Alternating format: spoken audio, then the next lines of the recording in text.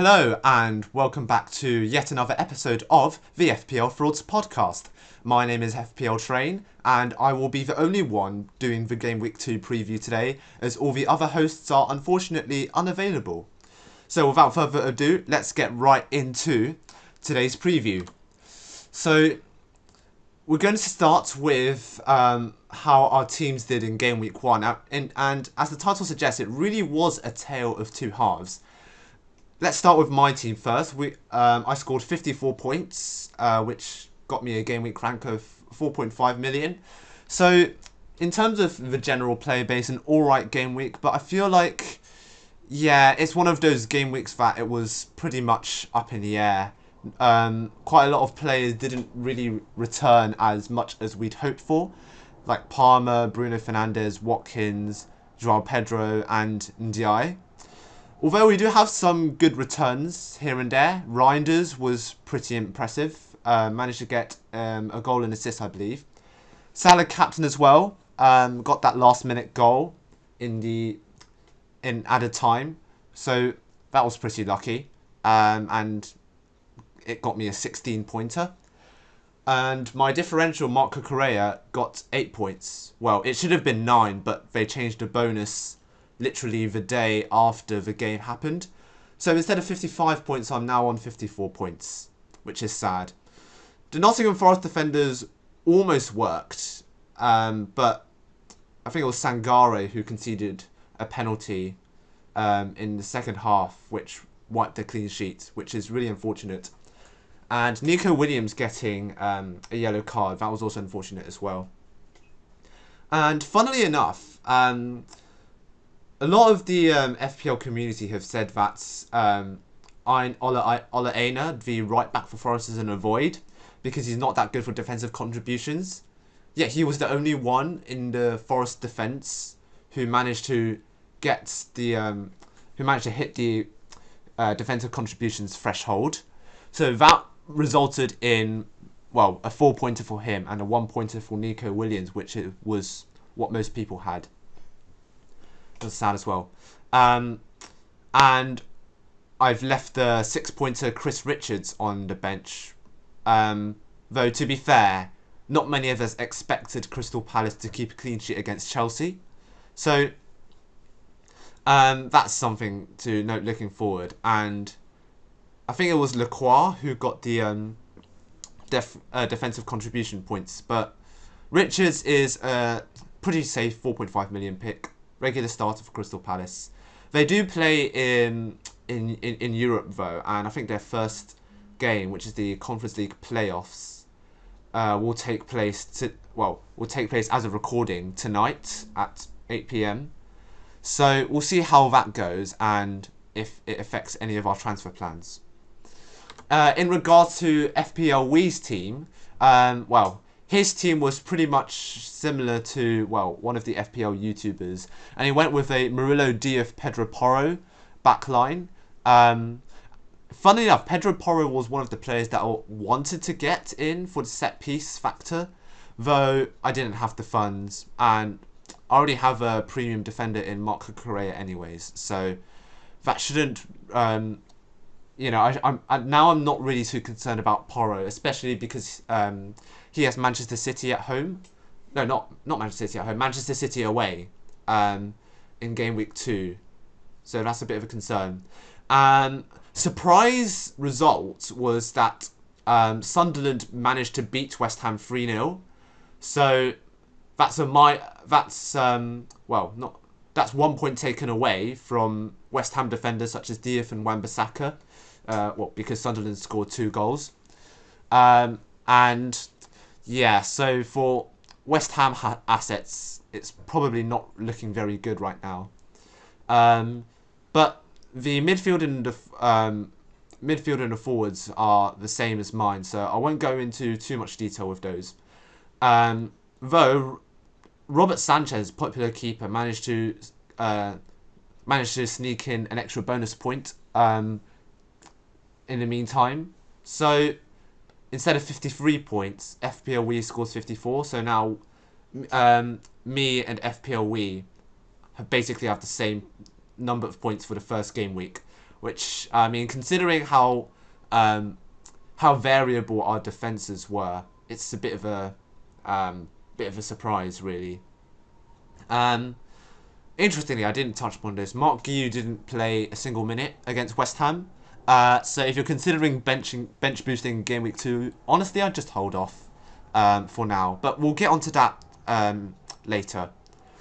And I say it's a tale of two halves because here is IDK FPL's team, and he did really well in the first game week, managing to get 71 points and a top 1 million in game week rank. And he went with Salah and Haaland, which was something that not many of us considered, but both Salah and Haaland managed to return. So that was, that's something that he took the risk for, and he got rewarded for it. Also had Tijani Reinders as well, pretty good. Going with a 4-5-1, which is interesting. So his backline was Diouf, Tarkowski, Van de Ven, Nico Williams. And out of them, Van de Ven got the clean sheet and Tarkowski hit the bonus point threshold. Very unfortunate to concede the penalty in the 80-something minute. I forgot what minute it was. Which would have got him a clean sheet and possibly some bonus points as well. And of course, Robert Sanchez in goal. He also went with Pap Sarr, thinking that he'll play at number 10, and he did get an assist out of the game against Burnley. But I wouldn't go for him this game week, seeing they have Manchester City away. And as for Fred PL, he's gone with a very differential team, and it has worked out. So, yeah, Henderson in goal, keeping a clean sheet. Gabriel keeping clean sheets. Livramento keeping a clean sheet and getting 3 bonus points. Pedro Porro with a clean sheet. Kirkes finishing with a 0-pointer. Now, I think Kirkes got a yellow card, and he got subbed off literally in the 59th minute, which is very unfortunate, especially as they're easing into the game. And likewise, Frimpong, same situation, got subbed off in the 59th minute, and supposedly had a hamstring issue in the second half. So that's something to watch out for in Arne Slot's press conference later on. He had Kudus as well. Kudus managed to get 2 assists for 2 Richarlison goals, which is unfortunate because I was considering having Kudus in my team, but then I decided to get Bruno Fernandes instead. So missed points opportunity for that one. The Ekatike roll of the dice actually worked as well for him. He got 2 goals, and was it 2 goals? He had a pretty big haul in any case in the 4-2 win against Bournemouth. He had Wirtz captain though, and Wirtz, funnily enough, was one of the only players within the Liverpool's attacking line who didn't get a return. Though I would stick with Wirtz, honestly. I think that he could potentially become a great asset, especially for assists as well.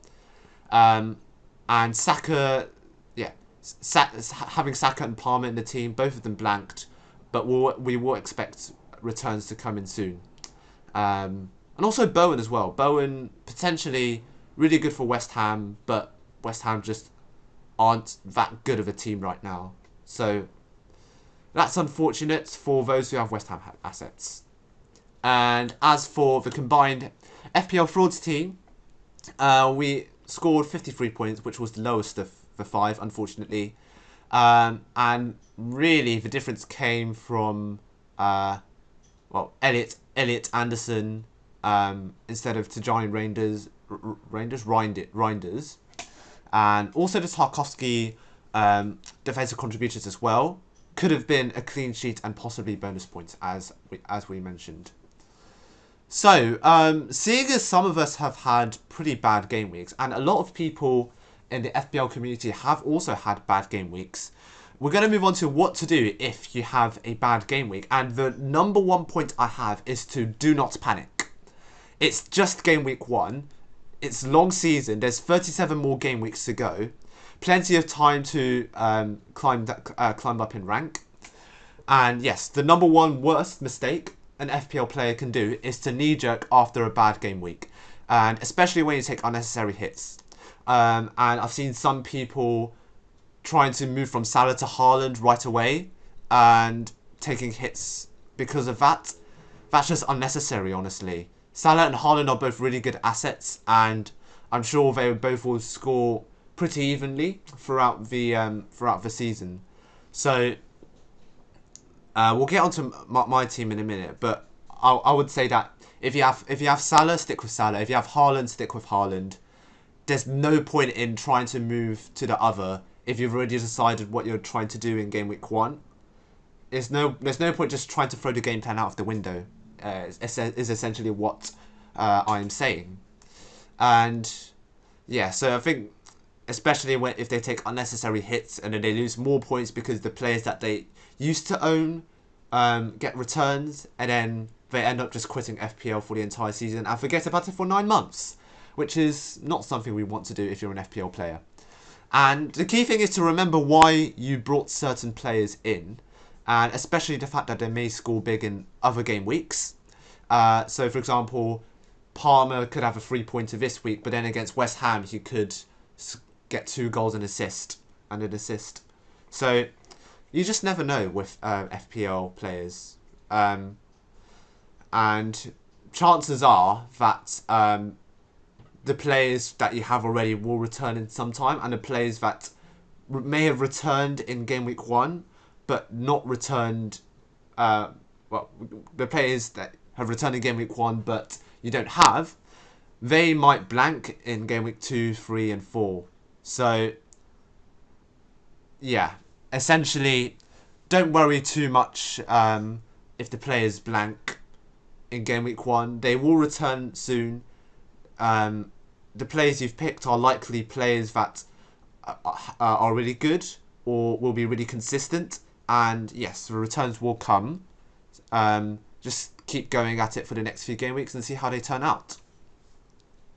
And also, tying into this, just don't worry too much about price changes, really. Like Reinders and Chris Wood, who scored 2 goals, went up in price over the course of the week, and that means that, say, if you have someone like an Elliot Anderson, you can't move to Tijani Reinders anymore if you've used up all your budget. Likewise, if you have João Pedro or Mateta, you can't move to Chris Wood if you've used up all of your budget. But my advice would be just be happy with the players you have already. Like I said, they will return. They will also increase in price as we go along. And chances are the players that you have will probably not experience a price fall. I think a lot of the players who have fallen in price are players who haven't started or are players who haven't started or are injured, etc. And really, I would say only make transfers if they are absolutely necessary, especially in the early game, such as like injuries and suspensions, etc.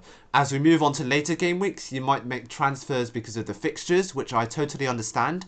You obviously want players to have good fixtures so they have a higher chance of scoring points. But in game week 1, not really, no. Because you should have planned it out already beforehand in pre-season. So the fixtures shouldn't be bad going into the next few game weeks. So just honestly, if you have a bad game week, just forget about it. Look forward to the next game week and just hope that it should be better. And it will be better as we go along throughout the season. So now moving on to things to look out in game week 2. So let's start with the goalkeeper situation. And do you play Dubravka versus Sunderland at home? Most people will have a Robert Sanchez and Martin Dubravka situation. And Sanchez faces West Ham away. Dubravka faces Sunderland at home. And some people will be asking who to start between Sanchez and Dubravka. I would say Sanchez would be the safer play. Dubravka would be the riskier play. And the reason I say that is Sanchez is facing West Ham. And West Ham have just conceded 3 against Sunderland and not scored at all against the newly promoted side. So there is a high chance that Chelsea will keep a clean sheet against West Ham. So I would say Sanchez will likely be the play. And if you want to go risky, then Dubravka is definitely an option. Against Sunderland at home. Of course, it's 2 promoted sides playing against each other. And yes, but of course it's Burnley. They've conceded 3 against Spurs. So chances are Burnley will concede. At least that's what I think. Though, if you want the save points, Dubravka is likely the better option because I can foresee Burnley and Sunderland being a more open game, especially to newly promoted sides, and it's likely going to be very scrappy. So I foresee Dubravka will get quite a few save points. Moving on to the defenders, and it's an interesting part of this game week because a lot of people will have, say, Spurs assets like Van de Ven, Romero, Pedro Porro, and they're facing Manchester City away, so they're likely going to be benching them. But then you have other players who whose fixtures are fine, but then also causes some benching problems, if you get what I mean. For example, a lot of people will have 4 million Esteve versus Sunderland at home.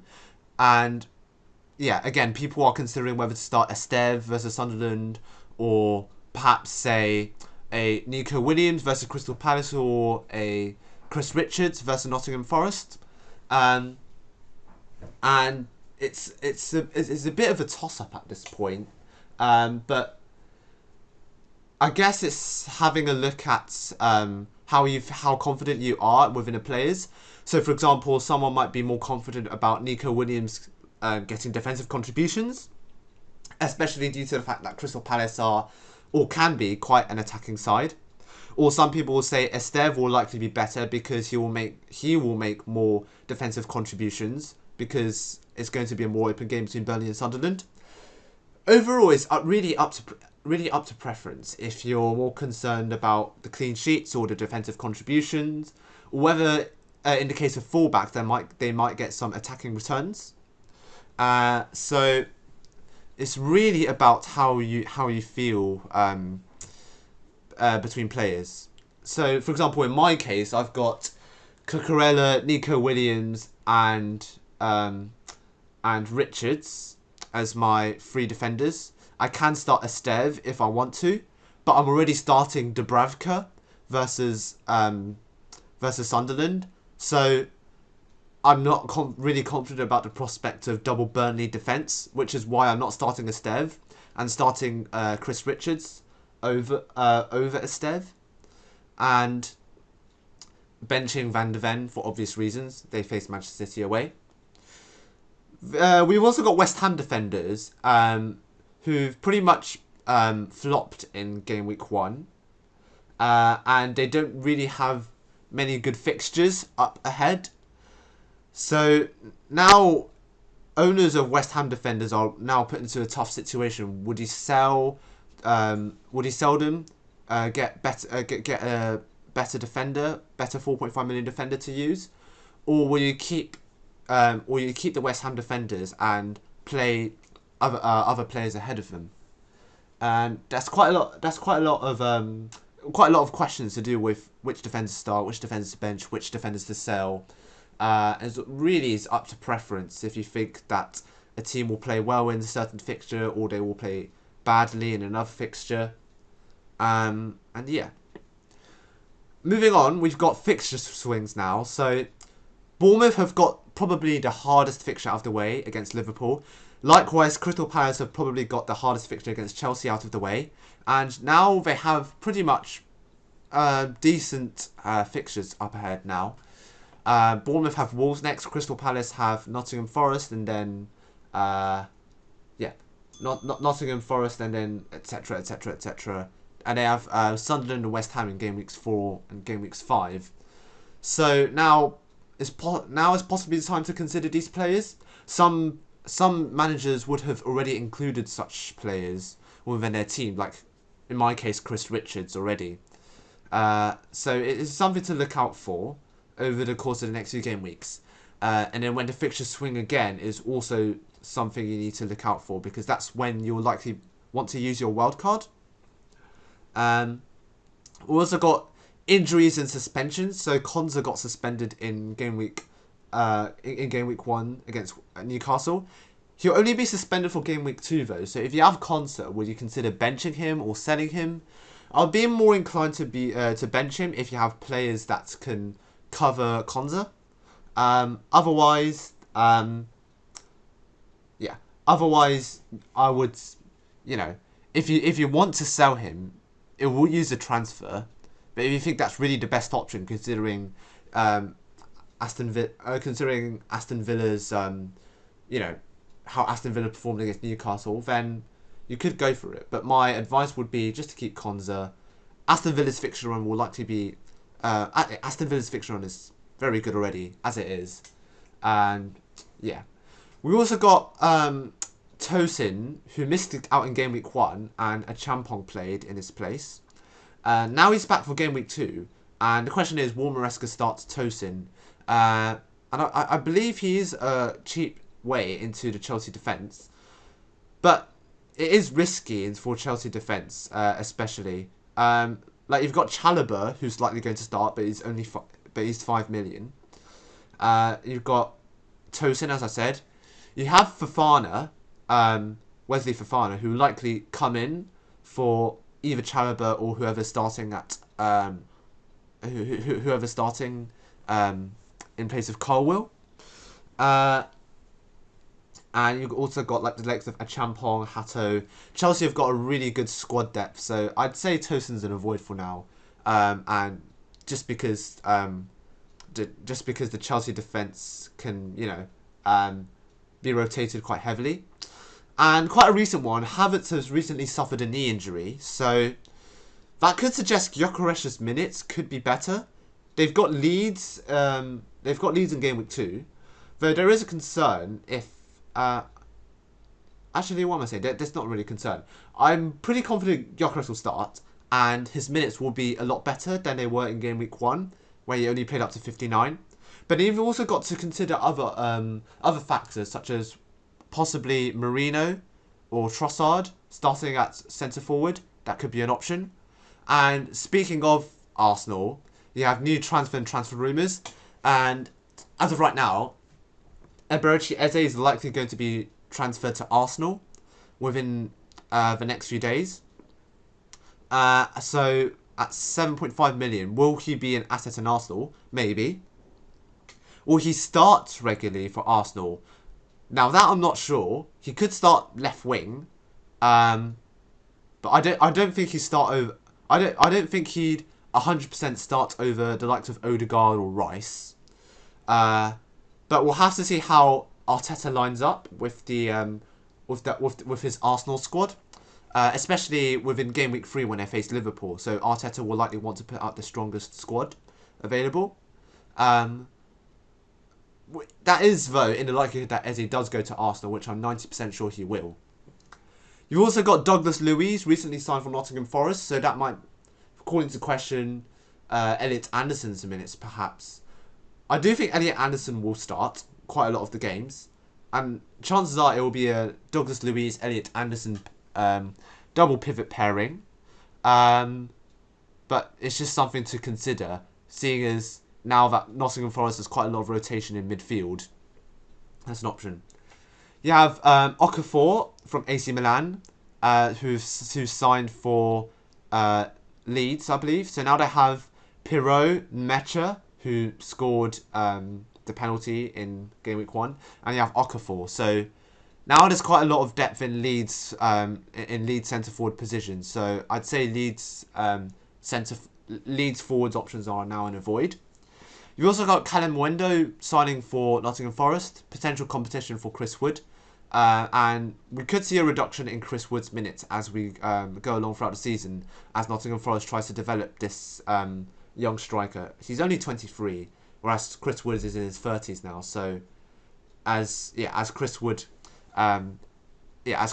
ages more, chances are that his minutes will take a hit. So now we'll move on to basically our transfer plans for Game Week 2, and no surprises for most of us. Most of us will be likely be rolling the transfer as of right now, although it can change depending on press conferences, injuries, etc. We do have one exception though, which is FPL. We will move from Diouf to Matty Cash. So, like I said, it's a very interesting option, Matty Cash. He did get defensive contributions against Newcastle, but will I think he'd get the same defensive contributions within the next few game weeks? I don't think so. So if you want an Aston Villa defender, chances are just wait and then just get Konza back when he comes back in game week 3. And I feel like if you already have players that can cover for, say, Diouf or Van de Ven, then just play these players, honestly. Like, there's no point in trying to get new players in if you're not going to be playing them after playing them in the first game week. So, that is something to consider. And obviously, most of us are just rolling the transfer. We've already decided, well, most of us have decided our plans since game week 1 within the next few game weeks. So, chances are we'll all be rolling the transfer, playing the players, and then maybe after a few game weeks, if something doesn't work out, we'll make a move for other players. And also as an FPL fraud team, we'll be rolling the transfer as well. Though if we've already discussed who's going to be, who we're going to be starting or benching, and all the possible options that there are, and chances are that we will be happy with our teams, whether or not we start, say, Esteve or Dubravka or not. We are all, well, most of us are pretty happy with our transfer plans.